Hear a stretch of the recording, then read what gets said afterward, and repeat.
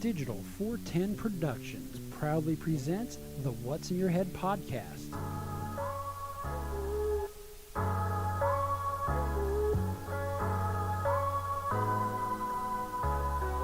Digitized live from your company name here. Studios in Cape Coral, Florida.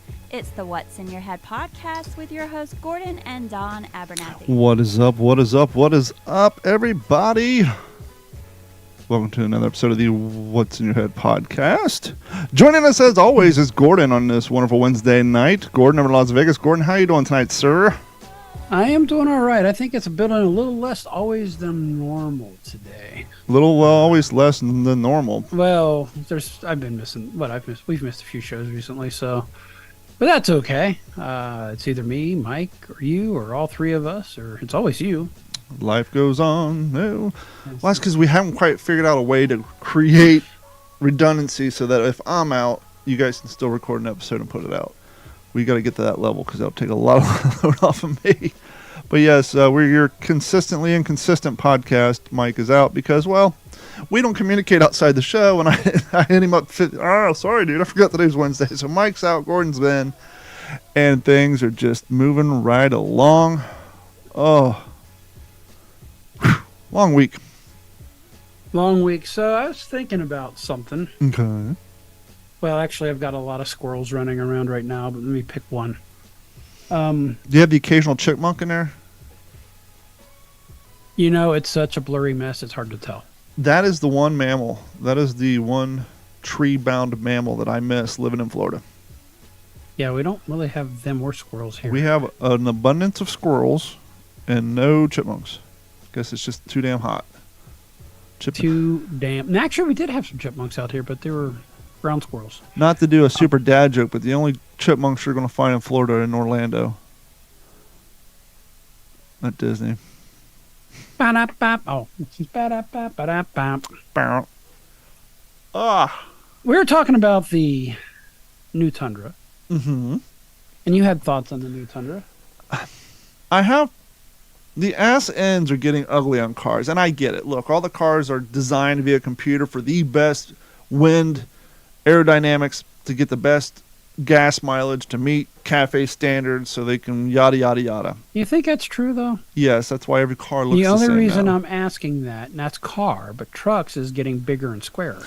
And yeah. blockier. Yeah, I don't know. See, I'm not a wind physicist or an aerodynamics guy. I do know it's got like a spoiler-looking thing on the back. You know, that's kind of what I was going to get to. With all the fairings and inlets and doodads on these trucks now, they may be at a premium wind resistance because, like the Tundra, I mean, it almost looks like it has a built-in spoiler on the tailgate.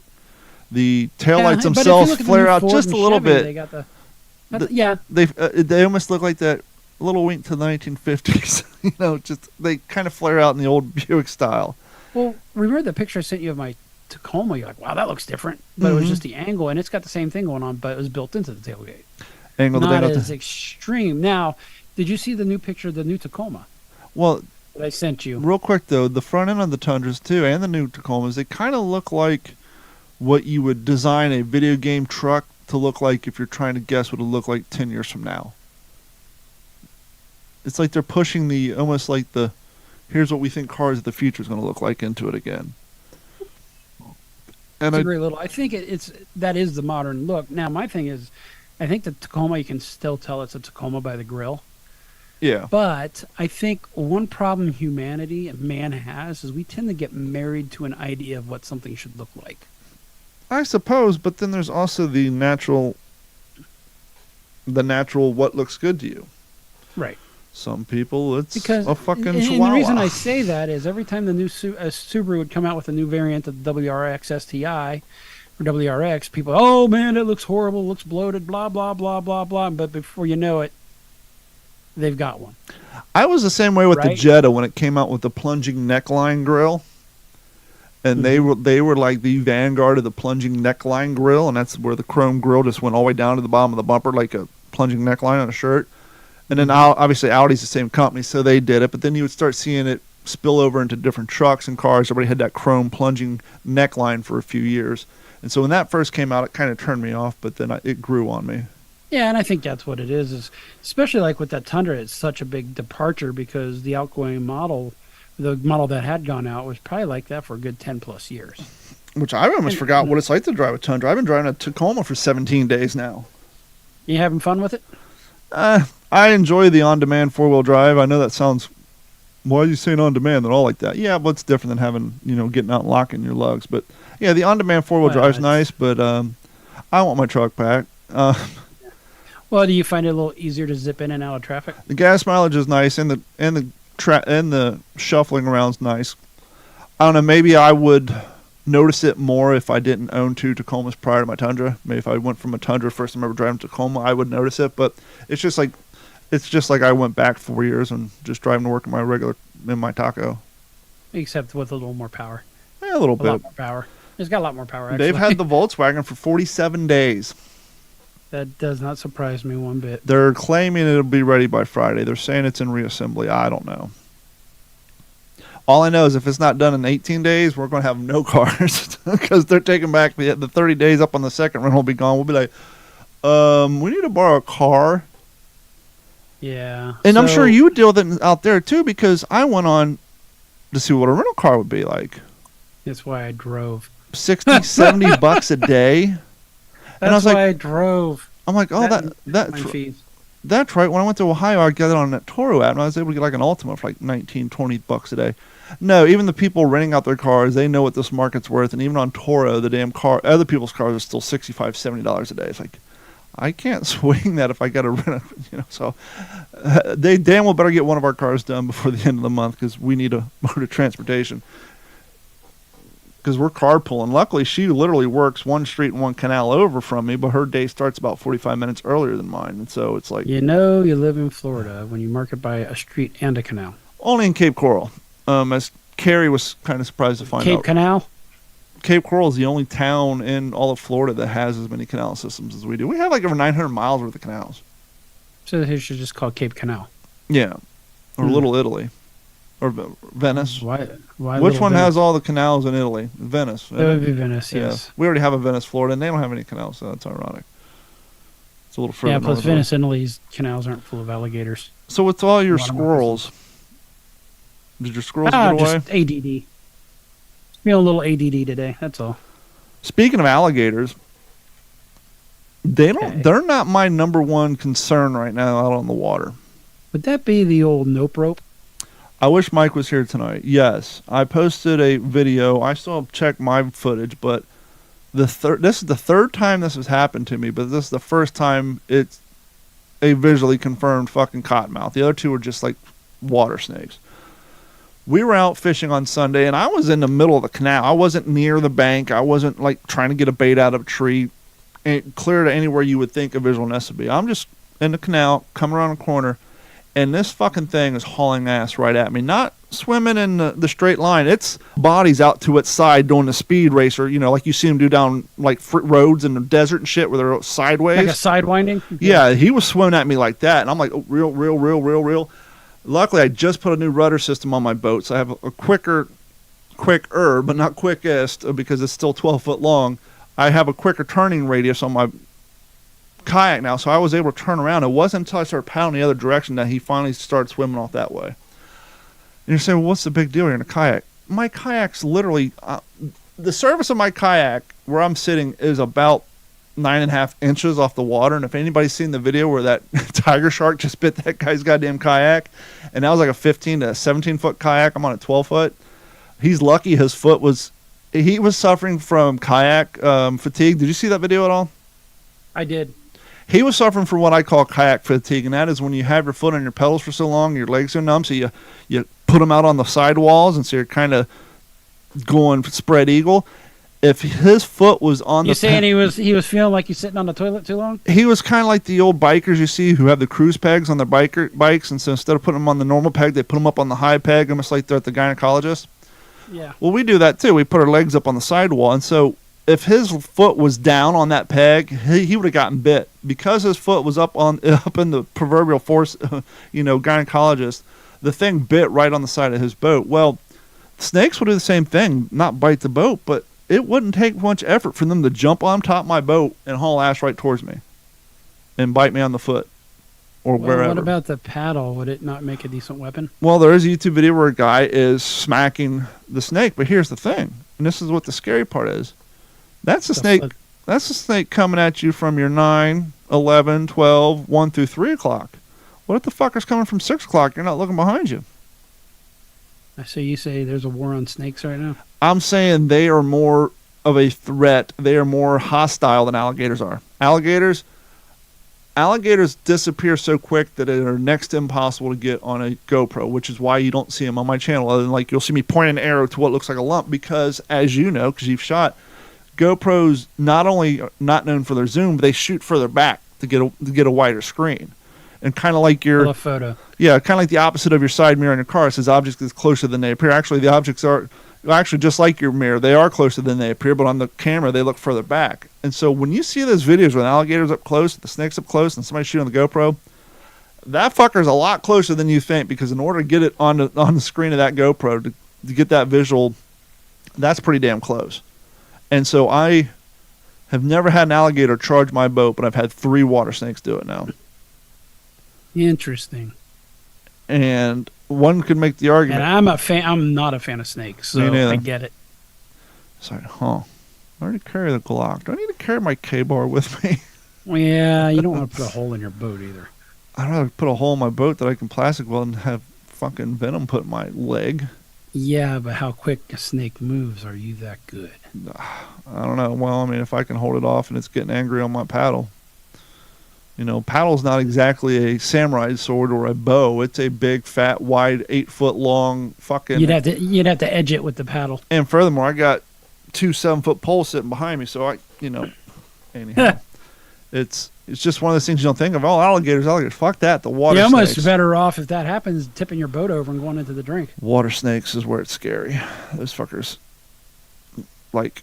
There's another video. Just go on YouTube. Go on YouTube and just type in snake venom kit on your ride. Yeah, just go on YouTube and type in water moccasin. Come piss on a carry. Oh wait, this is not a jellyfish. Type in water moccasin. Water moccasin charges kayak or boat. There's one chasing a fucking John boat, and this guy's got their motor open wide up. I think is that one of the ones you shared? Yeah. Yeah, I saw that. It's so that's like. I don't know. It's just never know. Unsettling? Yeah, just a little bit. Yeah. Because, it's not like, once again, I was near the bank, near a burrow, or, molesting some baby snakes. I was just paddling around a corner, and that thing just came right out. He probably traveled 15, 20 feet. Did you get a little wolf buck? It wasn't until 2 days later when I start to think about it.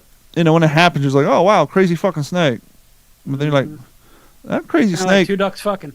Yeah, that crazy snake and 2 ducks fucking that thing had some ulterior motives, just like Gordon's 2 ducks fucking. Now you got a name of the show. Crazy snake and 2 ducks fucking. 2 ducks fucking. All right, there we go. The episode's set. We got a name. We are done. Okay, wrap it up. Wrap it up. I'm going to have to try to get our old friend Bill on the show. Is this Taco Truck Bill? Unsupervised podcast Bill? Yeah. Yeah, but the problem is they shoot their episode the same time we do ours, or they do theirs about an hour earlier. Actually, no, I think they do it on Tuesday. So now that he's no longer banking Bill? No, he's fucking food truck Bill. And they shoot on Tuesdays. We used to shoot. No, they shoot on Mondays. We used to, and we scooted to Wednesday. So I probably could reach out to him, and maybe I will and see if he'll come on next week. But we had this issue, 10, 11 years ago. Oh, when Pig Bill. When a Euro truck that I first came across ran by a guy, a German fella. Dude, we were totally I had the idea of doing a Euro Greek truck here about 2010, and we were going to call it Rolling Zorba. There you go. Like dancing Zorba, but rolling. But you guys might run into the same issue, if not harder, because of the super strong big restaurant. Big restaurant. Got so many empty fucking lots out here and desert. Well, you would think after the pandemic, inflation, unemployment being through the roof, that the People's Republic is Cape Coral, as my father so affectionately named them 18 years ago, who pointed out when we tried to run a business in this town, they are not small business friendly. I bet they're big business friendly, though, because they get more tax money. When I first met Henry at the Gyro Chicken Grill over on Cape Coral Parkway, he was complaining that they would make him pack his truck up every night and go store it. Even though he was parking it, he was paying like parking spot lease rate in this Napa parking lot. It wasn't like a Napa store, it was a Napa garage. It was a mechanic shop. So my understanding, and I can kind of see, and I don't know if they don't require that down here, but the Southern Nevada Health District actually requires all trucks to operate out of a commissary, make sure that they're clean, all the food stored not on the truck but inside a food service distribution place, basically. That makes sense, but here 10, 12 Safety. years ago, Henry and the food truck guys fought it, and they were able to leave. Obviously, if you're setting up in a public parking lot, that's one thing. But if you're literally having a lease agreement with a property owner who owns a mechanic shop, a bait shop, whatever, flower shop, you're paying rent there. You're plugging, you can plug it into their water hose and get electric off them. Things are fine. I could have swore because he's German, you're about to say food truck Kaiser. Fast forward a few years. Nothing. I drove by, and he had to move because the owner of the Napa got injured and passed away in a tow truck accident. And so the daughter moved down and took the mechanic shop and just sold it because she wasn't a mechanic. And so Henry had to move to a new location, and he ended up moving across the parking lot after a few months, and you drive by and you think he's gone. Mm-hmm. And you're hearing generators running. You're like, what the hell? What's with the generators? Dateline, Cape Coral, Florida, May 15th, 2023. For weeks, food trucks in Cape Coral have been managing without their usual outdoor seatings, tents, and other features pleasing for the customers due to the city's new ordinance. A lot of these trucks, you paid these rents, they would have plastic tables, some umbrellas, because it's fucking Florida, right? A lot of these guys... I believe there was a food trailer at the gas station right down the street from you. Mm-hmm. And these guys primarily cater to your guys, your crews who are out going to construction sites, landscapers, service personnel, people like me when I used to drive around the town all the time. Food truck owners expressed how the new ordinance would make it more difficult to serve customers before it was implemented. Having to eat in your vehicle on lunch is not very pleasant. The Code Compliance Division Manager, Todd Hogelander, states there weren't any violations in the past week. Wink Nuke spoke to Audrey Castile, the owner of Los Taquitos, a food truck who had to have just since the new ordinance. Quote, it's not fair for the customers who work on roofs not to have a place to sit down for 20 or 30 minutes on their lunch break. They have to eat in their trucks instead. Hold on. Can I stop you there? Because I was a guy in construction out on the field. Our food trucks would roll up, and literally the horn was... Well, these aren't roach coaches. These are, yeah. Yeah, right. But, yeah, we all eat on the curb. We all eat on the... Well, that's one thing when you're eating at the job site, but if you're getting in your car and leaving the job site and going someplace to eat, you probably want a place to sit down and maybe, get away from the job site during lunch. We don't want these dirty, damn construction workers to be seen all over the Cape eating food out in front of a food truck.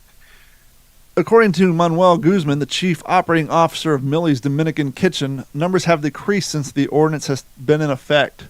While customers were used to sitting in the same location all the time, customers get used to seeing you sitting in the same location all the time, which is what I experienced with Henry. So if they drive by and they don't see you, they automatically assume you've moved or left or the business has gone under because now all their tables are gone, their seating's gone, and what they don't cover in this story is now I got a business idea for you. Hold on. One thing they don't cover... Food service, food truck tracking app. There you go. Well, the other problem, too, which is why Henry has to run a generator now, and he's spending an assload of money on gas, they no longer allow you to hook up to the building that you're renting space from. So you can no longer run that extension cord across the parking lot. That's typical anywhere, though. Well, I did explain to him. I said, well, to be a little fair on that, inside the business, they're not allowed to run orange extension cords either. That's just a flat code compliance thing because they know, well, if you're hooking up that piece of electric equipment with an orange extension cord, you're going to forget about it. It's never going to get permanently installed. Those extension cords aren't meant for permanent use, and as you know, the insulation cracks down on them and they become fire hazards. So even inside, you can't use orange extension cords. But now there's no hooking up. They can't have their seating areas. And so they're, even though they're paying for lot space, they're basically no different than a mobile food truck now. So, well, and that's kind of what they were to begin with, but maybe, and I've seen this in other towns too, is like a food truck park. Well, I was talking to the lady who was working on Henry's, and she said that some of them are mentioning that they're trying to find a location where they can all pull in, park, and we have a grip of trucks that move around, and they park in certain places, and there's actually a Facebook page that you can follow if you're so inclined, and then we have what's also called the Foodie Fest. I think like twice a year now, where basically all these food trucks come together in a huge parking lot somewhere, and it's a sanctioned event and everything. That's when the Foodie Fest was how we got White Castles here, because the White Castles truck was the busiest truck there. You'd stand in line for 2 hours. Yeah, you used to tell me they'd come to town, and we're going to go stand in line in White Castle. And then the other month across the street, when one of the businesses opened, I was pulling out to go take the dogs for a walk, and what did I see? The grandest of all food trucks, and it was an In-N-Out catering truck. Nice. That they're cooking on. Well, I think what tends to happen now with this ordinance is because of most of quote-unquote downtown Cape Coral, or the developed business areas of Cape Coral, are right by the river. Mm-hmm. A lot of these cats are just picking up steaks and driving over to Fort Myers and setting up shop. Like, fuck it, why deal with it? Exactly. Just go across the river. Path of least resistance, man. Speaking of food and hassle, next to CrossFit people, who's the most annoying folk in the world when it comes to outwardly bragging about their particular habits? World War II reenactors? Besides them. Usually jiu-jitsu guys. Vegans. Oh, yes, vegans. Vegetarians. Wait, hold on. You just reminded me. There's a couple now in front of stores out here on the stop signs, and it was in front of Smith's. I saw it. It says, "Stop eating meat. You're causing..." And it's so cows fart. No, it wasn't cow farts. It was something else, and it was like completely off base. Well, that's what they're going for now. They're losing the. It doesn't even make sense, because the science of your science is not even science. What science is? We learned one thing we learned during COVID was science is not science. No, science is science. Science will always science. They just don't want to discuss the sciencing in front of everybody to get them because they feel that they're too dumb to understand. What's more annoying, a vegan, a celebrity, a survivalist, or a vegan celebrity survivalist? I would have to say the last. Is there such thing as a vegan survivalist, though? There used to be, until he came around. Bear Grillz is embarrassed by his past vegan diet, he says. I did not realize he was a vegan. Says he's never been better with his all-meat diet. Oh, he's gone carnivore. He went the other direction. Which is surprising that he wouldn't have been that way anyhow, being somebody who was like in the British Special Forces. TV survivalist host insisted he was, quote, wrong to think a vegan lifestyle was good for you, and says was good for his health and the environment. TV survivalist host insisted he was wrong for thinking that the vegan lifestyle was good for his health and the environment. Survivalist and survival equipment retailer at Walmart, Bear Grillz admits now he's embarrassed by his previous vegan diet, admitting he was wrong to think, as we just said in the headline twice, that it was good for his health and the environment. Grillz, who previously practices both vegan and the vegetarian lifestyle, recently revealed that he has begun switching to a diet consisting entirely of red meat, eggs, and organ meat, which is a very important aspect of... Awful. Tastes like shit. That's where the term awful comes from. It's offal, O-F-F-E-L. Prior to this, he went so far as to publish a cookbook called Fuel for Life that attacks society's unnatural ways of breeding, keeping, and killing animals. But Wednesday, however, the eventualist told the UK Telegraph that he was, quote, wrong to attack meat. He says, I was a vegan quite a few years ago. In fact, I wrote a vegan cookbook, and I feel a bit embarrassed because I really promoted that. I thought it was good for myself and the environment. And I thought time and experiences and knowledge... and though time and experience and knowledge and study, I realized I was wrong on both accounts. Grillz first revealed that he had moved from his vegan lifestyle back in November, remarking that many of the foods that he ate at that time appeared to have negative effects on his health. Since switching to an all red meat and animal organ diet, he now claims his body has never been better. And once again, this is a guy who was in the Special Forces. For a long time, I've been eating so many vegetables, thinking I was doing good for me, but I just never felt it had given me any of the good nutrients compared to the nutrient destiny I get from basic blood and bone marrow. Red meat, he said. I've tried to listen to my body more, tried to listen to nature, and I don't even mess with vegetables or miss them at all. I don't go near them, and I've never felt stronger. My skin is better. My gut's never been better. You mean you're getting collagen? I found a counterculture way of living. I embraced it.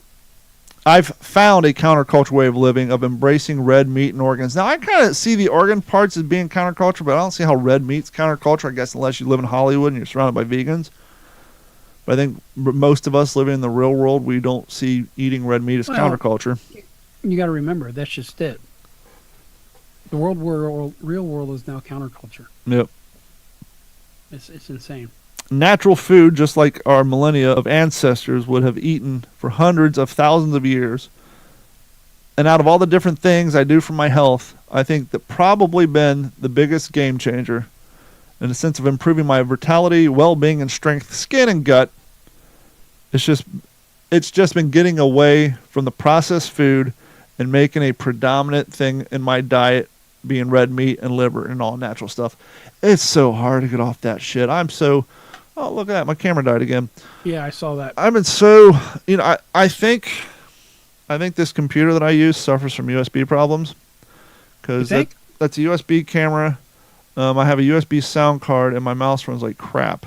Why does it seem like every computer you get, there's always one bad USB out the box? The thing is I'm using onboard for my mouse, and then I actually have a PCI Express card that I use for other devices. So it's not like they're all running through the same chipset. Mm-hmm. So I don't even know what the deal is, but it says it can't start it. Who cares? The audio is the important part. Absolutely. But yeah, getting off the junk. Like I'm trying to get back into it. At home, yes, I know Gatorade's not the best for you, but at home I've been making homemade Gatorade with the scoop because I realized I can buy like 17 gallons of Gatorade mix for what 10 bottles cost. Yeah, and you can dumb down the ingredients a little. Yeah, you can cut it with more water if you need to. But I still, at work, I sneak off, or before I get to work, I pick up at least one Tall Boy Mountain Dew. Yep, that's the worst stuff right there, and I'm having a hard time too. But that's how bad is one Tall Boy Mountain Dew in 12 hours though?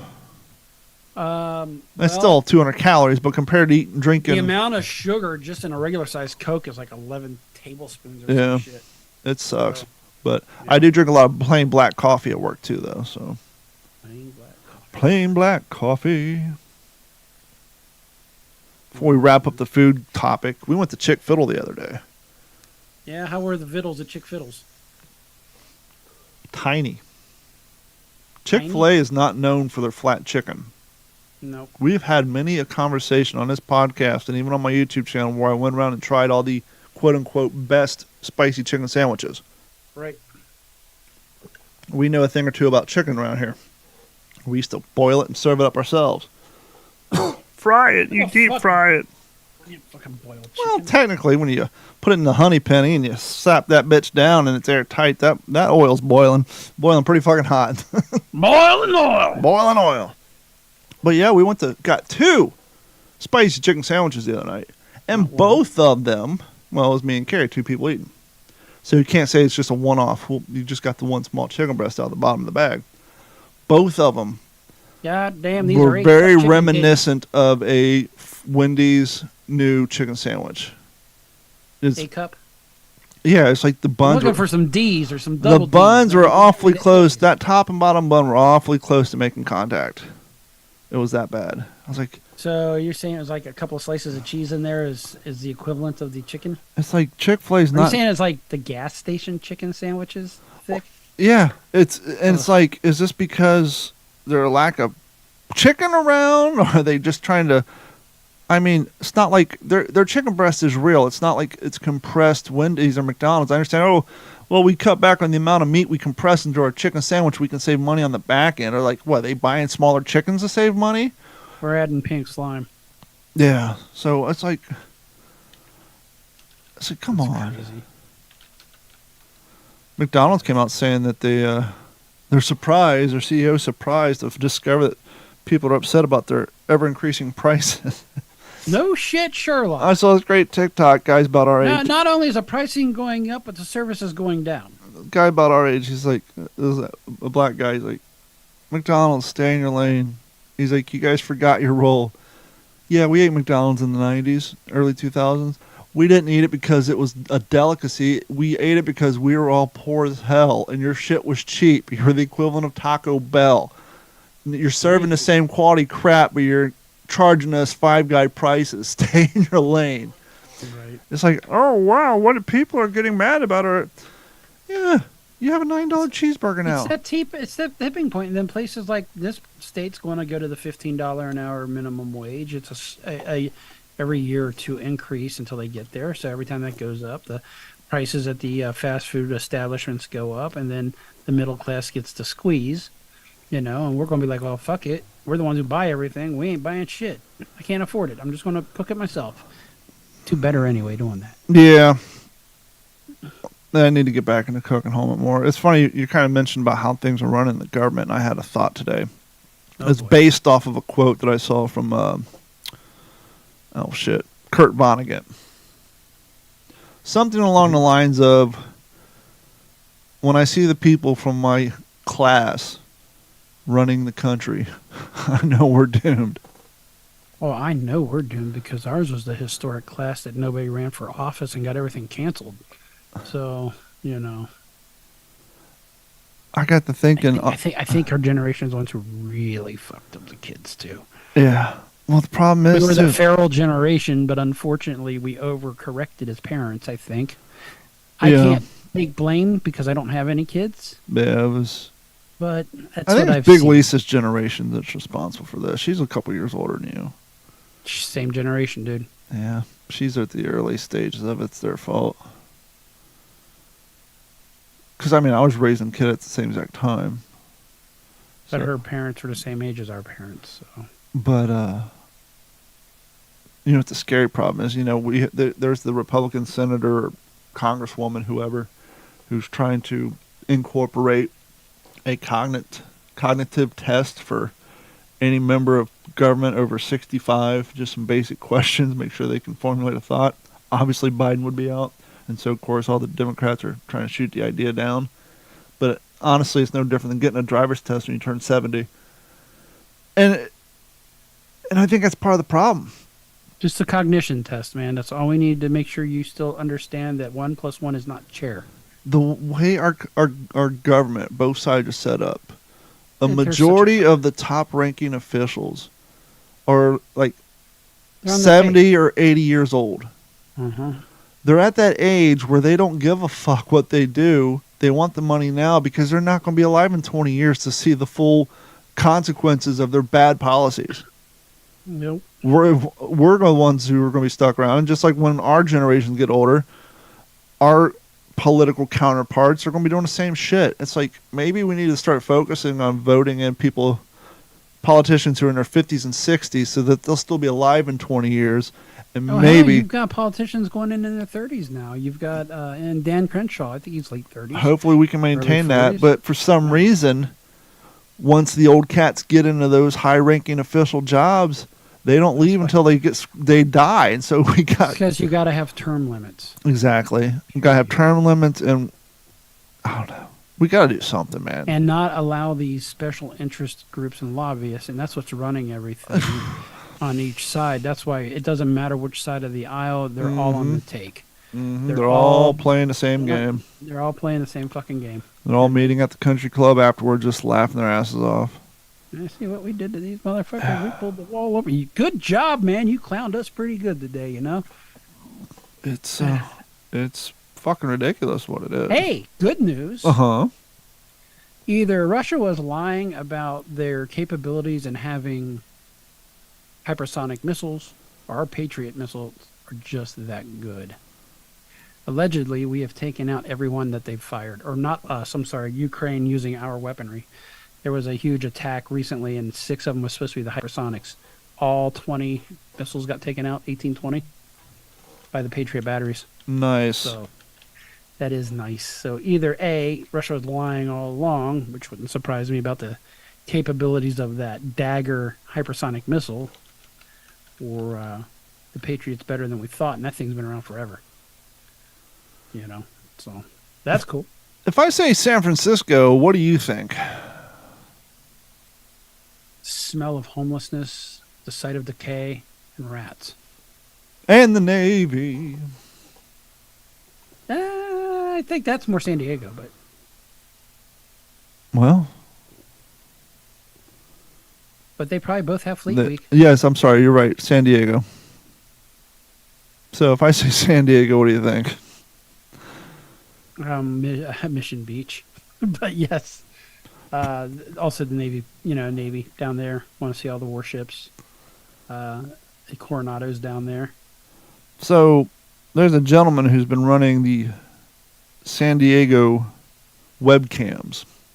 You see those here. We have the Cape Coral webcams, websites, and you just kind of assume that those are being ran by the city. Well, apparently not, at least not in this case.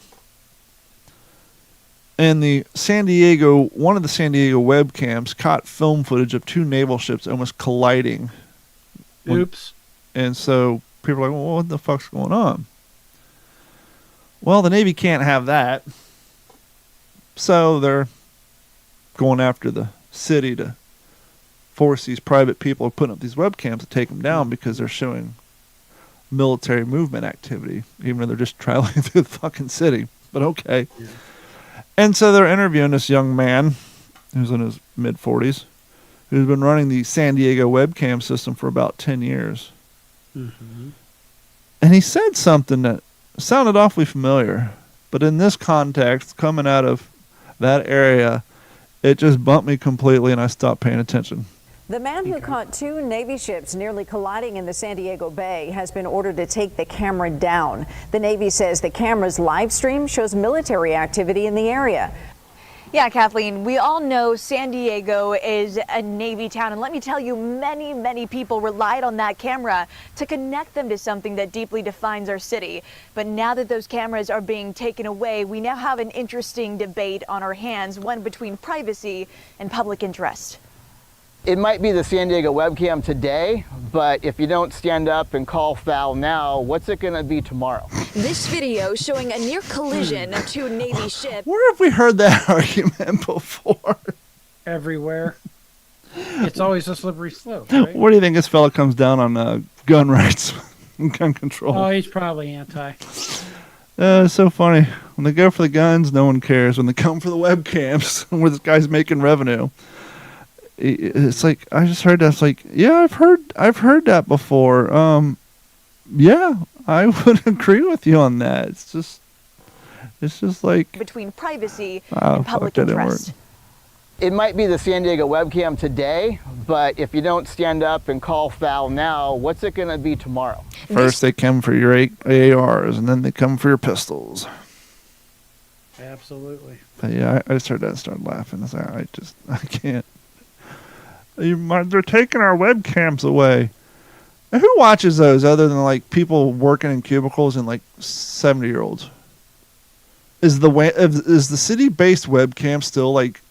Does it really pull in numbers? I mean, I know our Eagle Cam used to, but who still sits around and watches live web feeds of like a river? Hello? Hold on, I'm actually looking at it. You want to see what the current video count is? Well, right now I'm sure they got a little bump in their traffic because people are concerned they might lose the webcam. Kind of like when the Twinkies went away. Oh no, we lost our Twinkies. Well, if they're that valuable to them, you would have never stopped buying them to force them to go away to begin with. Web feeds up. City RSS feed, City of Tampa. Nope, I'm down the wrong road on that one. Yep. All right. Can't even So- find a simple video live cam. Yep. Yep. Definitely, sir. What else we got going on around here? Oh, I think the grasshopper invasion's upon us again. I kind of was guessing it. I said it's been really wet this winter, and that's what brought them up in 19. And as I'm taking the pooches out for a walk in the morning, I noticed more and more grasshoppers. And yesterday I noticed a lot more. Today when I went to the gym, I'm just seeing them buzz all over the lights. Seeing grackles, even though it's dark, jumping up out of trees and snacking them out, snacking on them out of the air. And then I got out. There's dead grasshoppers in the gym, and then I got out, and there's just grasshoppers all over the ground. Because once the sun comes up, they just kind of go dormant, and all the birds are just having a feast. And I think there was one who was eaten by a bird because a bird had crapped on something in my yard, and there was exoskeleton of grasshopper in it. I was like, oh, this is great. So, yay us. Last time we had this, then it was 2020 right after that. So, I'm sure there was some religious zealot going out there saying, it's the locust. It's the locust. They're signs of the end of time. Well, they're not locusts yet. They've got a morph. Has any enterprising gentleman like off the truck, Tony, come up with the screen that you strap to the front of your car to keep the dead grasshoppers out of your grill? Nah, it's such a short thing here. It's not as bad as like the brood of cicadas or the back in Ohio. Or love bugs down here. Love bugs. That's the most important season, isn't it? Mm-hmm. They More don't important affect than us the that bad hurricanes. down here. I think that's more like central Florida, Okay. like where it's starting to get a little hill country before it flattens out. I think our mosquito spray may help minimize it here because we have the Lee County Air Force. They fly over in like Vietnam era Hueys and spray over all of our spray, We're going to deet everybody. Yeah, they're spraying Agent Orange all over Cape Coral We got an industrial canister of Deep Woods off. During the hurricane, funny they switched to because private planes. I don't even need this shit here, and I've got it sitting on my desk. Look at that. It's got an invisible lid. That's because we came back with it from Florida. But, yeah. So, yeah, it's interesting. Other good news is the lake is going up in water. I think it's up What lake 11 would that feet. be for people who aren't familiar? Lake Mead, There you go. not to be confused with the Lake Mead and Cape Coral. Lake Powell, they're projecting up to 65 feet going up.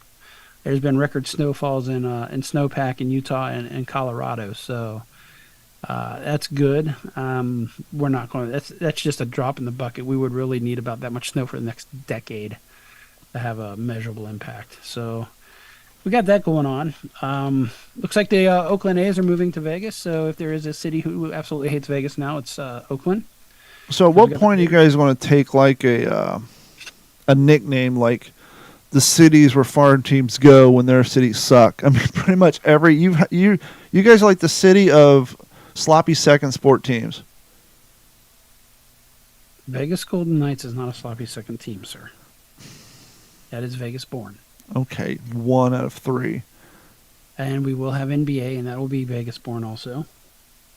So basically, it'll just be the two ball team, the baseball and the football, which I know arguably is. I'm probably sure the two some biggest soccer sports. ball team will come kicking a ball down. Oh, that we've way. got professional soccer, but it doesn't. It was Vegas born also. So an expansion team, I believe. I could be wrong. So, and we do have F1, which is a huge deal. It's going to be the de facto base for F1 in the United States. They're building a permanent paddock down by the Strip. So it's one of the reasons I chose is the Strip. So what's interesting is they're repaving right now for the race. So they had to go down several inches, and then there's like 3 layers. There's a layer they put on the race surface, which I think that layer may actually cover over the manhole covers. So they don't have to weld them down. And then obviously those will eventually get opened back up, and they'll have to redo that race layer every year for the next 10 years for the race. But those cars will hit over 230 miles an hour on the Strip. I remember when I lived in Long Beach, and they would have the Long Beach Grand Prix in those weekends. Not that I traveled through that area a whole hell of a lot, but I remember once or twice I traveled through there, and they'd have the kind of the road redirectors starting to go up, or after the race you would drive down there and you'd see the lines and the paraphernalia painted on the roads and all that stuff. Is pretty cool. I don't know how they're going to pull this off, because the grandstand's going to be at the Bellagio fountain. Part of it's going to be in the Bellagio fountain. They've got to drain the fountain so they can shore it up. to hold the weight. They've Why got can't they all just these put some other- water noodles under it and put the poles in the bottom? This is like the richest of the 1% out there that come to this thing. And then there's all this other infrastructure that, in my opinion, it's going to be a tough push for them to get done. You know, kiosk and various stands here and there. And you're the fucking and bacon-ass summer. They're going to have to put some sort of sun canopy up. No. Over top the grandstand? No, the race is held in November. Oh, okay. So it'll be nice and chilly. Be perfect. Gotcha. So, yeah. Now, the new baseball stadium will have a retractable roof. Kind of like, There's what is no that, real the Cowboy renderings. Stadium that does that? Yeah, but allegedly it's going to go where the Tropicana stands. That they had picked the Wild Wild West site and was in a non-negotiable deal with Stations Casinos, and they are no longer doing that. And now they're going. Evidently, Bally, who owns Tropicana, told their employees, "Look, you got 18 to 24 months. This thing's coming down, and a baseball stadium's going in its place." Of course, the big question is how you're going to get the other $500 million out of the $1.5 billion. No, I'm assuming a town that used to be ran by the mob is pro-union, right? It's Not union workers, but like I'm sure there's a fucking blackjack dealer guild and there's a poker dealer guild. There's not. It's funny. I got some friends who are dealers, and they're not in a union at all, but they got some other kind of agreement. It's not as union strong as it used to be. Yeah, because I was thinking if they're in a union, they would get employed somewhere. The union would have to find work for them. I don't think they're. I don't know if they're union. They may be union there, but yeah, you've got the biggest union here is pretty much the culinary union for all the restaurant workers. That makes hotel sense. Workers, Bus boys, and stuff like that, and those guys and bartenders and whatnot. But what's interesting is that you brought up union. I just read a story that there's an agreement with 2 movie studios are going to be built here, and it's going to be real close to my house, and it's all going to be union funded with union builders. Vegas and Texas is going to be the new Hollywood. And then they're going to ruin it. Yep. Just like they ruined that. Yep. Speaking of Hollywood and books, but Don, you didn't say anything about books and books. You a fan of Stephen King? I like some Stephen King. I don't read a ton of it. I think I like Dean Koontz's books better. Well, what about the movies? King's books. The movies, I struggle with them. I did watch the latest round of It. It was all right. Well, don't forget there's the ones that we forget are Stephen King movies, like Stand By Me. Stand By Me was a good one. Shawshank Redemption. Shawshank Redemption is a good one. It's when they get out there like a Lawnmower Man, which the movie was completely fucked up off of the book anyway. Yeah. And then what's the other? Dreamcatcher was a great book. Well, I'm watching a series that came out in 2018. I'm watching on Hulu called Castle Rock. I've heard of it. Now, for those of you who may not be super in-depth Stephen King fans, but seen Stand By Me, that's the town where you heard the name Castle Rock. Castle Rock. And it's in Maine. And basically, majority of his stories took place in and around this made-up place of Castle Rock. Mm-hmm. Shawshank Redemption, Shawshank Prison was outside Castle Rock. High percentage of the population worked there. Cujo was outside of Castle Rock. Christine. In Castle Rock? Not sure about it.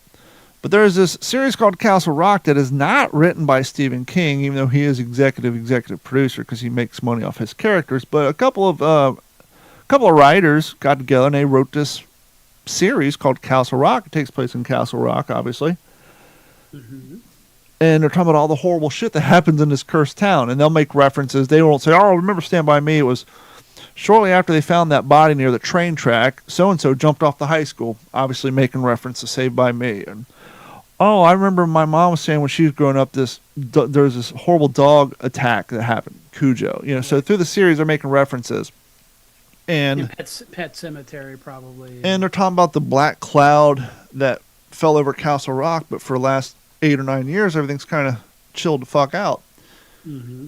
And then, not to give away all the plot lines, but something happens at Shawshank Prison, and you find out about an inmate who may or may have not been on the record, and the hypothesis is due to this particular inmate being locked up in Shawshank, all the bad things stopped happening because possibly his influence on the metaverse or the universe. And so it goes down this interesting road. It's really interesting, and it's kind of cool. They were at a birthday party. It was just the birthday party had no real implementation on the show itself. It was a scene that something else happened at. And it was a birthday party for like a 7-year-old whose name was Gordy. And I looked at Carrie and said, well, that was Homeboy's character in Stand By Me, the one who's, Dad said it should have been you. So his brother died.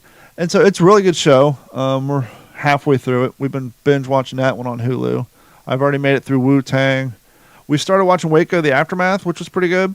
But we got caught up on a new episode of Yellow Jackets came out. Have you seen that one?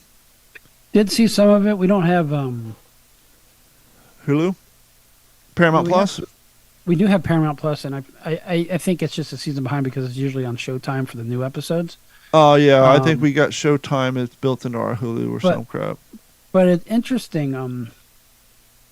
You know how we watched that show Candy? Yeah. So HBO Max has their take on it that just came out. And I couldn't watch it. And it had major stars. Yeah. Tell you who's in it real quick. Talking about that same storyline? Same exact story, but different. Yeah. She didn't have curly hair like the real girl, right? Yeah. Jessica Biel did a damn... Well, Jessica Biel was like executive producer on that. She did a damn good job looking like that chick. It's called Love and Death. I think I heard a video clip of a podcast talking about it because she's like, you want to have a... Kind of like how Candy went and asked that dude, all formally, you want to have an affair with me? It was somebody else saying it, but it wasn't Jessica Biel's voice. So I think I've heard like promos for it. No, it was Elizabeth Olsen plays Candy. I think that's one of the Olsen twins. Jesse Plemons plays Alan Gore. You know who Jesse Plemons is? The name sounds familiar. He was in Breaking Bad as one of the kind of the younger, bigger exterminator guys. Oh.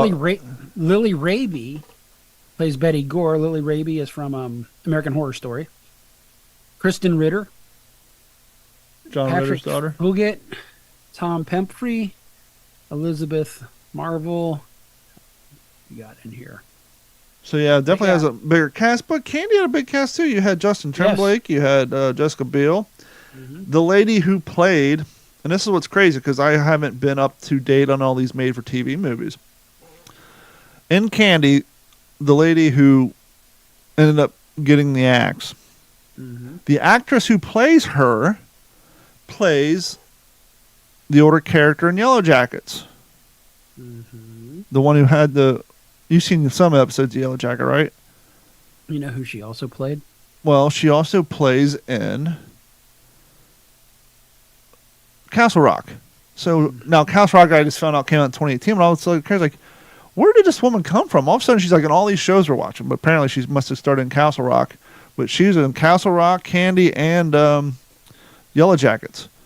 I'll tell you the biggest show she was in. What's that? I believe she was the crazy neighbor in Charlie Sheen's show. Oh, is that where she started? Melene Lewinsky. Yeah, she was in 2.5 Men. Oh, okay. Yep. Yellow Jackets, Housebroken, The Last of Us, which is good. She's in that. She played a short role in that. Don't Look Up, Lady of the Manor, Young Sheldon, Miss America, Easy, Castle Rock, as you were saying. She's actually got a pretty... yeah, she does. She's popping up all over the place. Girl Boss, his wife. Yeah, I think it goes all... Key and Peele. Yeah, she's been around, but... Yeah, and I think it goes all the way back to... Probably 2.5 Men. 2.5 Men. She was the crazy one who allegedly pushed Charlie into the train. I gotcha. So. Well, she does always play a crazy character too, so that's right on point. But yeah, if you guys haven't watched Castle Rock, especially like if you like all the Stephen King stuff, check that out. Yellow Jackets is good, but it's kind of like I don't know. The 90s nostalgia part's cool of it. Parts of the storyline are cool, and other parts are like, okay, whatever. Right. It's like I don't know. Sometimes you'll see that in shows. Like the original idea was good, and as the episodes go by. Her name was Rose. She was Rose in Yeah. 2.5 Men. Yes. Either the popularity picks up too quick and they got to start scribbling out more episodes, or notes start getting pushed out by the TV stations and the original writers lose their power and they have to start writing in nonsense that's being suggested to them. I don't know. Well, now's the time to catch up on old shit because of the writer's strike. I was going to say that. It's like you fuckers on strike again. Yeah, and it's over the streaming stuff, but they're just not getting their cut, which is just going to raise all of our rates down the board. Remember, last time this happened, what happened? That's They put where all Dexter reality on TV shows. CBS. Well, that's where all And they reality TV shows came from back in the day. Yeah, and Back they put when- Dexter on CBS, and that's how I got to watch Dexter. First, they did a couple of, obviously a little tamer edit version, but yeah, because it was already CBS is all part of the Paramount network. They called it something else back then. I think Viacom. Yep. And it's all the same. It's interesting now that you got Paramount Plus, I believe. Yep. Have you watched 1883? I watched 1883. I like it better than Yellowstone, and I was right with the writing on that then being better. Yeah, because I quit 1923 after 3 episodes. I haven't even gone back to it. Really? Yeah, it's worth it. I was impressed with my actor recognition skill on 1883 because I think on the first 2 episodes, this Yankee general sits down, full blown beard from the 1800s. All you can really see is his eyes and his voice, and I'm looking like, that's fucking Tom Hanks. Get on my phone, Tom Hanks, 1883. Got that one right. Sweet, quick little cameo. I didn't even recognize that was Tom Hanks. And then then the sheriff, he's the one who said basically he's the one who arrested him, took him to fucking prisoner of war camp. But yeah, it was after the scene, and he's sitting there on the bench, and his whole platoon's wiped out, and the general comes, sits down next to him in the blue jacket, and puts his hand on his shoulder. And then the You episode, couldn't miss Mr. Mustache. Billy Bob Thornton. No. Billy Bob Thornton's in that too. He played the sheriff. Talking about the old timer. Mom's favorite actor. Oh, Sam Elliott. We all knew he was in that, but What do you think of the ending? Sam Elliott was credited. I felt like the season didn't get renewed and they had to fucking write something off. Well, it's called 1883. You can't call it 1884. I know, Yeah, but yeah. they could have ended, like, we were expecting the rest of the family catching up to the final destination and having their moment. It's like they showed what happened to Sam Elliott. They showed what happened to the gypsy and the black guy. And then what happened to the main characters, they didn't even... So you guys couldn't have done one scene, just kind of... Yeah. Because if you remember the flashback in Yellowstone, it's like there's 2 boys there. There's John and there's another boy. And at first you're thinking, is that the daughter's boy? Yeah. Clearly not. Well, then on 1923... 1923 kind of answered the question to that. Well, 1923 also kind of led to the belief of either fucking Homeboy wasn't available for the next season because he maybe had to go out on tour. But it's like, oh, so the show ended without showing him and his wife at their new property. Yeah, they died. And then the next season, oh, well, yeah, they were here for 10 years, and then they called the uncle over to come run things. It's like, oh, so they just... Those characters are completely negated with the exception of, like, one. Well, things were a little sketchy in Montana back then, too. So it adds to the lore. And so, it'd have been at least nice showing them cutting down a tree. Like, here's where our house is going to be. Nope, they'd make no reference. Like, he rode off into the night, and that's it. And so, obviously I want to get back to 1923. I like the World War I references in there and all that, but the storyline's just not. And to be fair to the people who wrote it, it's like, oh, okay, first episode in, and we're already back to the exact same plot of every episode of the modern day Yellowstone. It's like, do I want to watch another 12 episodes of the same plot line? Oh, that's going to be coming to an end soon. It's like, So. well, and that's why it's coming to an end, because that's 5 seasons of the same plot line, just different archetypes, And so when okay, so the sheep herders want their property, okay. They had to make the Scottish guys out to be the bad guys, didn't they? I don't know. I only made it to 3 episodes. I was like, okay, so it's just going to be 8 episodes of fighting over their land, which I get that's what Yellowstone's about, but could we have... 1883 had nothing to do with any of that. They were fucking on the Oklahoma fucking, They were on the Oregon Trail, the Oklahoma Trail. I'm so goddamn beat with everything going on in my What life did people right catch on the Oregon Trail if you ever played the video game? now. Scurvy. No, that goes Died of dysentery. yeah. Yes. Dropsy. Dropsies indeed. Dropsies. Speaking of dropsies, you about to drop some news on the people? Sure. Don't know how good of a news it's going to be, but it's going to be an interesting one, I'm sure. Meh. Hopefully. Here we are. All right. No, we just rolling right in? Just rolling right in. You don't like the way I do my No, we're good. cliche news guy voice. It's the how are you doing? How are you doing tonight? We've already established that at the top of the show. Yes, but people just came in. We're live. They just opened. I'm now doing worse because of the question. More dogs Dogs are great. could show up in outdoor dining spaces. Good. And guess what? Not everybody's happy about it. Fuck you and your allergies. Get over yourself. Just in time, and this is coming in from the AP, just in time for summer dining season, the U.S. government has given its blessing to restaurants that want to allow pet dogs in their outdoor spaces. We're so not only backwards. local, not state, but the federal government. We're so backwards. Trust me. I love. You dealt with them when you came down here. You had your dogs with you. It limited where we can go to eat. I'm all about dogs in the food space, but logically, we're so fucking backwards. And now the federal government's saying, "Hey, It's okay. the one animal that people are deathly allergic to, bring them on out." But I swear to God, I was at Culver's, and they had to post a notification sign, much like our friends at Five Guys have to warn the public that there's peanuts on premise. I don't ever see that at Five Guys out here. It's usually a sticker on the door now. It says something along the lines of, You mean you can't tell by the boxes of peanuts when you walk into the place? So, hold on. The sign said, and this has to do with what we were talking about, allergies and all that. The American Allergy Board, whatever, has now added to the list as a allergic allergen to the level of peanuts and their deadliness. Fucking sunflower seeds. We have destroyed our kids' immune system so bad that now seed oil is bad for you. they have to warn people that there's sunflower seeds in some of their buns. Well, We're doomed. moving back to doggos. Even though nearly half the states already allow canine dining outdoors, the issue is far from settled.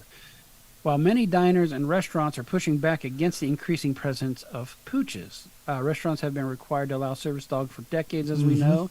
But it wasn't until the mid-2000s that a handful of states, including Florida and Illinois, began passing laws allowing dogs in outdoor dining spaces, according to the Animal Legal and Historical Center at Michigan State University. That's a long fucking... They couldn't come up with like a 38-letter acronym? Yeah, it would have helped. 23 states now have such laws or regulations, but the legal landscape is confusing. Michigan law doesn't allow dogs in outdoor dining spaces, for example, but lets restaurants apply for variance from their county health department. It goes back to the patchwork thing, right? Yep. That's how it works. So in 2020, the Conference of Food Protection, a group of food industry and health experts that advises the government, asked the U.S. Food and Drug Administration to issue guidance for states. It cited the 2012 risk assessment in Australia and New Zealand. Yeah, that's great places to always base your shit on. Well, they're the people who outlawed your dog, too. Yep. That found that the health risk to human diners from dogs was very low. Okay, I do agree with that one. Especially outdoors because the wind's blowing. Exactly. The FDA updated the food... Why did it just move? The FDA's updated food code issued last year says restaurants can now have dogs in outdoor areas if they get approval from local regulators, still passing it down to the local. Restaurants should have signs saying dogs are welcome, and they should develop plans to handle dogs and their waste, and should ensure dog remains properly restrained and provided separate food bowls so dogs don't use plates or utensils, which most places do. There's a chain out of California that's here called Lazy Dogs. They got a whole thing. They got a dog menu and everything. It's actually pretty cool. Well, like when we were growing up in Ohio, I think the rule of thumb, I mean, it wasn't like a law, but the rule of thumb is if they served food or cut hair, you couldn't bring the dog in. Yeah, pretty much. So as a new guidance as U.S. pet ownership is rising, nearly 87 million. Dogs are best. 87 million, I almost said 1,000, but 87 million U.S. households now have a pet up from 85 million in 2019. Do you think According- dogs now surpass the number of guns in this country? I think we still have more guns. I think we still have more guns. Well, I mean, We're because we're somewhere between 350 million and now you do got out of that 87 million. How many houses have more than 10? well, that's true. There's some houses And with is more than that- 10 is that an dogs, issue? but you have 2 dogs. But I personally have more guns than dogs, so I guess yeah. I do too. I do too. The new guidance, as experts say, more people are looking for dining options that will accommodate their dogs. Yelp searches for business using dogs allowed filter jumped 58% between the years ending in May 2021 and the year ending in May 2023. Yes, I actually used a website called Fido or something that for restaurants when I was down there. Yeah. And it worked out. Actually, most of the places downtown would have been pet friendly if we felt like going down there. Downtown's nice. Downtown River Yeah, it District, is. they've spent a lot of time and energy and effort, and despite all the homicides we have down here, it's still a good place. No, I actually really, I think, next time we come back, we'll definitely stay in that area. I think it was like a perfect location for Yeah. everything. What else have we got here? Blah, blah, blah. Clark County cracks down on illegal swap meat in northeast Oh Las no, Vegas. someone's not paying their sales taxes. Let's crack them, Oh, boys. it's not what you think. Residents in Unregistered guinea northeast Las pigs. Vegas neighborhood says an illegal swap meet has taken over their block. Vendors started selling items near the intersections of Cary Avenue and Betty Lane approximately 8 months ago. It's every single weekend. They can make a buck in front of their yards like everybody else with yard sales. They don't need to come into my neighborhood, said a woman who lives nearby but does not want to be identified. For good reason. The woman said that the weekly events go from dawn till dusk and expressed concerns about the noise, littering, and the influx of strangers who she used to consider it was a calm, quiet community. Ruffians. We get up and we can hear at 4 o'clock in the morning people yelling and screaming and fighting over spots and loud music. And it's just a lot of fighting and a bunch of congestion, according to the woman. I get it, Clark- man. I've seen, we've had meltdowns. I mean, we're not the people that drop dimes on people. We like people to be you, do your thing, party all the goddamn time. But Well, one when night, you lose respect for your neighbors, that's an issue. one night they started partying. They had a DJ outside. They started playing mariachi music through a PA system, like Mm-hmm. local band quality PA system. At noon, by 4 a.m, Carrie was losing her shit. She was flashing the lights and this, like, screaming, turning. And like, at this point, there's like 5 drunk people in the backyard, and they still have the DJ out there under the lights with his. And it's like, come on, guys, it's been going on for 14 hours. Just knock it off for a little bit. You're sleep deprived, and it's 15, 20 feet from my back window. Do you all have a noise ordinance there? Yeah, but we don't want to be the one to call the cops. I But get you're it. just like, oh my God, could you stop at 3 a.m? It's fucking 5. It's now Sunday. People are getting up to go to church. I just want to go to sleep. Yep. So a spokesperson or a Clark County mouthpiece sent over this statement. Clark County is very concerned with this illegal swap meet and the effect it is having on the neighborhood quality of life. We are looking for an alternative location where properly licensed businesses can operate in a safe environment. We have placed the cement jersey barriers at the site to further. That's what now your neighborhood's even more uglied up, right? Mm-hmm. At the site to further restrict access to the site. If the vendors are still there by this fall, construction on the Cary Road alignment will force the participants to move anyway. So they're almost waiting on construction because you can't go anywhere in this valley without running into a cone with nobody standing near it. That's Every crazy. time I go home, I find an alternate route. I'm running out of them because that alternate route ends up with cones on it and barrels. So, yeah. Las Vegas Paving is making a ton of money this year. Oh, I'm sure they are. I'm sure they are. What else we got going on here? Let's see here. Got my shit together because I was chasing squirrels all over the place. Squirrel. Ah, here you go. Los Angeles, California. May not be the kind of story you're expecting to come out of Los Angeles. And we're all going to read it for the first time together. Woo! LA volunteer police officer has been hospitalized after getting stung in the face by, well, a swarm of bees. African killer bees. You don't.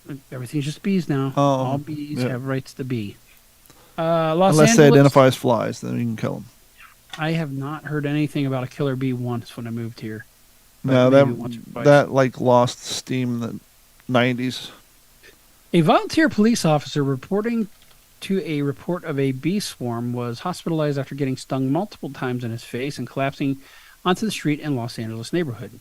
A TV news helicopter recorded dramatic footage of the attack Monday afternoon. Wow, the copter happened. That's what it was. The copter fucking pissed him off. Afternoon in Encino area as the man flailed around while trying to swat the bees away. He tripped and fell, hitting his head on the ground. Uniformed volunteered officer was treated for a fractured eye socket and bee stings to his face and eyes. According to the LA Police Department on Tuesday, he was in stable condition. According to the statement, the officer and his partner were assisting with traffic control when the attack occurred. I bet those bees didn't get off late. Maybe they did. Oh, no, they die when they sting you, don't they? No, I think that's wasp. According to police. No, nope. I think it's the bees. I Really? think the I bees thought it leave the was. barb in you. The wasp can sting you multiple. A professional bee removal service was called in the neighborhood of San Fernando Valley, which is northwest of downtown LA, according to the city's fire department. I do remember a couple of times here, since I've lived here, that like some some exterminators actually died from bee stings. So Yeah, it happens is from a time to thing. time. Yeah. I guess cats, maybe, I don't know, maybe that some of them go into that business without checking their own allergies. 'Cause obviously people respond to bee stings in different ways. And yeah, I've seen those stories where people just die. They get so many bee stings. It's insane. Taco Tuesday trademark tiff. Oh, no. Flares anew between fast food competitors coming out of Cheyenne, Wyoming, of all places. Who came up with the term Taco Tuesday? That is the question for I you think it was today. a bar. Nope. And I actually know this restaurant because they had them in Bozeman. Declaring a mission to liberate Taco Tuesday for all, Taco Bell is asking U.S. regulators to force Wyoming-based Taco John's to abandon its long-standing claim to the trademark. Too many businesses and others refer to Taco Tuesday for Taco John's to be able to have exclusive rights to the phrase, according to Taco Bell in the U.S. Patent and Trademark Office filing that is, of course, dated Tuesday. It's the latest development in long-running beef, because we got to use the word beef, although that is a good show. We started watching that. Taco Tuesday. What show's that? Beef? Beef, yeah. Is that a show? It is a show, and it is got Ali Wong in it, and it's very Asian-centric cast, very well written so far, and it's interesting. It's not what you think it's about. It's literally about having a beef with somebody. So Gotcha. that includes an NBA. Beef in the hip-hop terminology. Well, it's even more old school than that, but yes. Gotcha. That it included NBA star LeBron James making an unsuccessful attempt to claim the trademark back in 2019. Yeah, please. Taco Bell believes Taco Tuesdays is critical to everyone's taco, or everybody's Tuesday, my apologies, and deprived anybody of saying Taco Tuesday, be it Taco Bell or anyone else who provides taco to the world, is like depriving the world of sunshine itself, according to the Taco Bell filing. Well, that's because once it became a Facebook meme, Taco Tuesday, or what is it? Tell me I'm pretty and buy me tacos or some shit like that. Yeah, or if you park two Tacomas next to each other on a Tuesday, it's Taco Tuesday, and that was a funny thing I sent you. A cool question at Taco Tuesday is over the years has succumbed to a genericide. A New York trademark law attorney, Emily Poehler, said, and that's the term for when a word or phrase becomes so widely used for similar products, or in this case, sales promotions, they are no longer associated with the trademark holder. Like when Google is now an adjective and not a company name to Google or something. jacuzzi is everything for a hot tub, right? Yeah.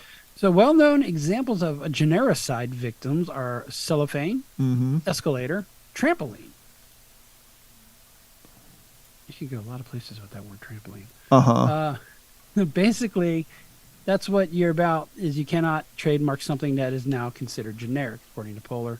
That means it doesn't have any association with this particular source or product.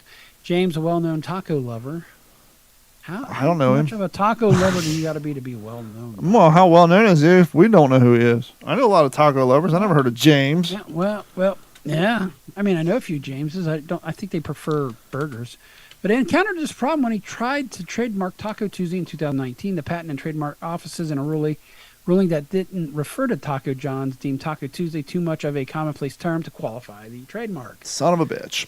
Yep. Get So me a while more drink. than 2,700 locations in the United States and internationally, Taco Bell, a Yum brand chain, along with famous fast food haunts such as Pizza Hut, KFC, and the Habit Burger Grill, did not know that, is vastly bigger than the Cheyenne-based Taco John's, which begun as a food truck service more than 50 years ago. Taco John's now has about 370 locations in 23 mainly Midwestern and Western states. So I think he's just going to get squished. So needless to say, there's a fight over Taco Tuesdays. So in case anybody who's a Tacoma owner feels like pulling out their instrument cluster, you'll find a neat little taco type, what is that called? Easter egg. Yeah. Which I think is funny. It makes me wonder if maybe just a manufacturer of that part decided to throw it I in like there. Jeep's Easter eggs better because it didn't require you to dismantle your car to find them. Like the Bigfoot that's walking in like around your windshield, like the stippling and all that. And the radio lines have like Bigfoot walking in the corner. And I think Carrie's brother Little had a Jeep flip down in the flop. corner. Carrie's brother had like a flip flop on that plastic thing that goes over top your windshield wipers. Makes you wonder what the new Tacoma's going to have in it for an Easter egg. Maybe it'll be a little easier to see. Yeah. Who knows? I mean, I guess That's if you're buying cars for Easter eggs, I guess why not? well, that's where we are these days. Yeah. Everybody likes Easter. But I think that's it for this evening. I think that's about it for the show. We want to thank each and every one of you for your continued support for what we do over here. And please, if you haven't done so, please head over to d-410.com or what'sinyourhead.com and click on that Patreon link. Sign up and subscribe. We have been giving stuff away lately, and we're going to start doing that probably every 2 months or so as a thank you to our supporters. We're going to just randomly pick people. And so if you want a chance to win some cool prizes, head over to Patreon, sign up. It'll cost you $1 a month, and it goes a long way to support what we do here at the show and at the network. And as always, please email us at info@d-410.com if you want to talk to us. Do you have any questions, comments, complaints, or concerns? We really don't care, but we do want to talk to you. So send them our way and let us know what's going on. For the myself, Gordon, and Mike should be back next week. I'm trying to get my mouse working here, and we are going to get me a new mouse, but we are going to wrap it up.